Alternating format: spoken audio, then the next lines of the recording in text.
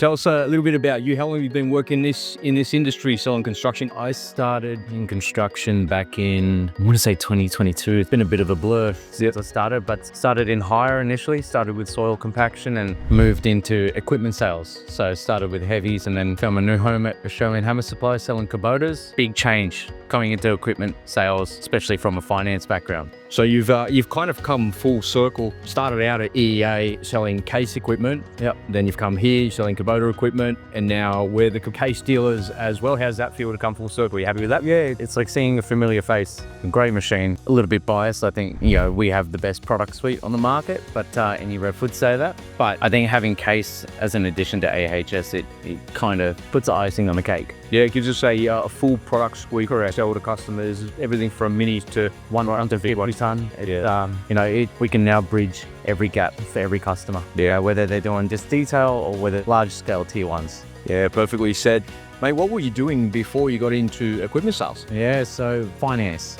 In short, so I was doing corporate risk, so insurance essentially, and doing wealth management. I knew I always wanted to work with an engine, but I never wanted to be a mechanic. So, I was trying to get into the industry, and a friend who actually worked in construction, he put my name forward, and the rest is history. It's been a steep learning curve, a very rewarding curve as well. No 2 days are the same. I cannot put it. It beats sitting in an office looking at the same view day in, day out.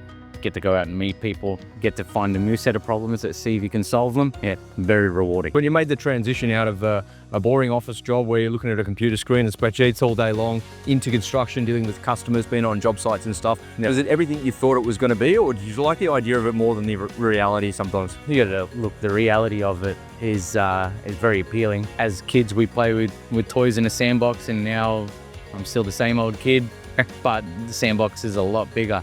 And there's a little bit more risk involved with it, which takes you by surprise. But as long as you learn to respect the industry that you're in, you have 2 eyes and 2 ears for a reason. Look twice, hear twice, and you'll be safe. Beautifully said. What type of customers do you deal with on most days? Are you dealing with the smaller end of the market, minis, track loaders, or are you doing mostly case stuff, or is it a mix of everything? Mix of everything. Everything from, your new starters wanting to go out on their own, all the way up to companies that hold upwards of 150, 200 pieces of plant. So, like I said, very rewarding job now, especially with CASE. We bridge those gaps, your mum and dad businesses, all the way up to your large scale civil businesses. We've got everything covered now with CASE on board. So, which one lights you up the most? Is it the bigger corporate customers or the small mum and dad ones? I think they're both rewarding in the right sense. It's they both have their own different set of challenges. Your new startups, they kind of want to do everything. How do you find the right machine to do everything? No machine does everything. So I do like that challenging aspect of it, but putting 10 machines away at once is also very exciting as well. So yeah, that's very rewarding as well. Correct. And go out the float and go straight to the customers as well. Right, Mitch, what is something customers are often surprised that you already know? That I know how to dig a hole. How to operate the machines? I know how to operate. I'm not a great operator, I will admit, but I think, so when I first started in this industry, again, soil compaction, no idea how soil compaction worked. Yep. But I jumped in a roller, offered my time free on a weekend to go out, understand it. And I think that shows, when you're talking about, how does a machine feel? What can you achieve with, X machine I think showing that you're interested in their craft as well, that's what they're surprised by. So not just selling the machine is what, and just knowing how to operate the machine. And understanding what they go through day to day. Nice.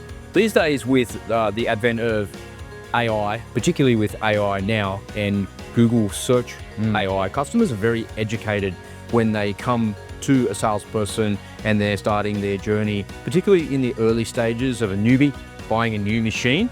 Yeah, what are some of the mistakes you see people make early on? Because they think they're educated buyers, and they definitely are to a point, but then they've got to make that transition from watching YouTube videos and researching and reading brochures and all that sort of stuff.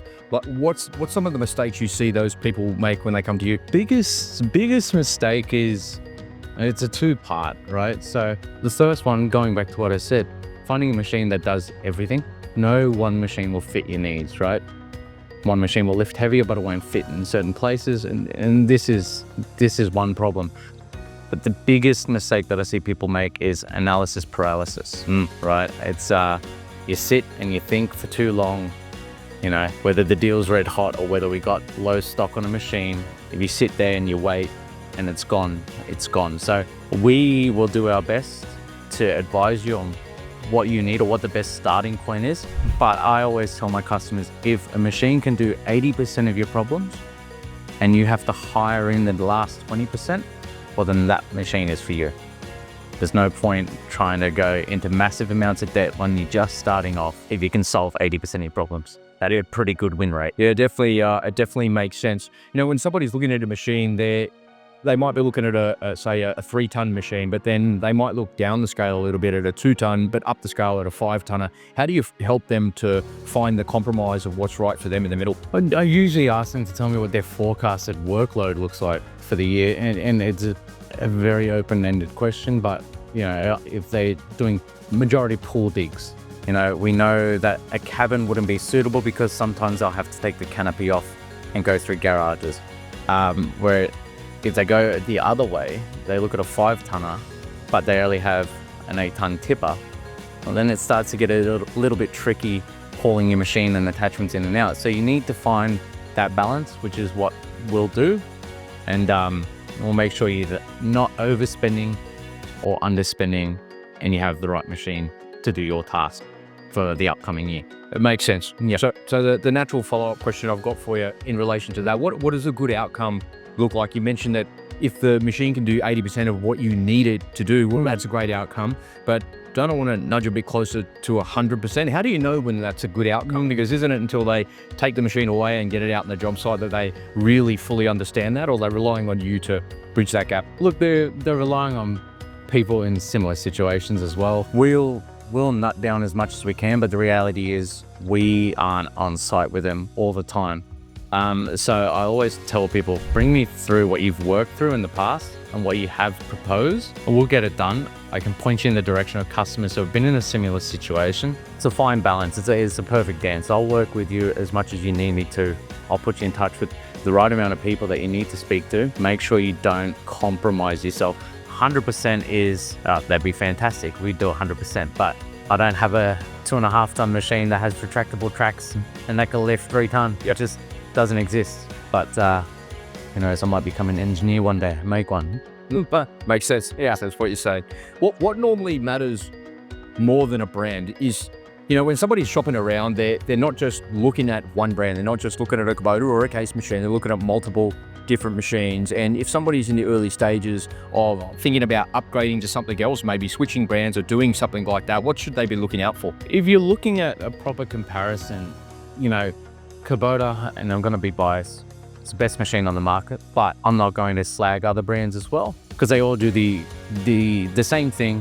They all have little different variances. But what would make me shift the brand, what's important to me, is what I hope that the customers see. What's the backup and support like? What's the parts like? What's the service like? Who's going to answer your call after hours? I'll admit I'm a human. Sometimes I miss calls at 6 o'clock, but I'll shoot you a text because I don't want to be inconsiderate to call after hours. But it's stuff like that, constant communication through machines. They all go wrong.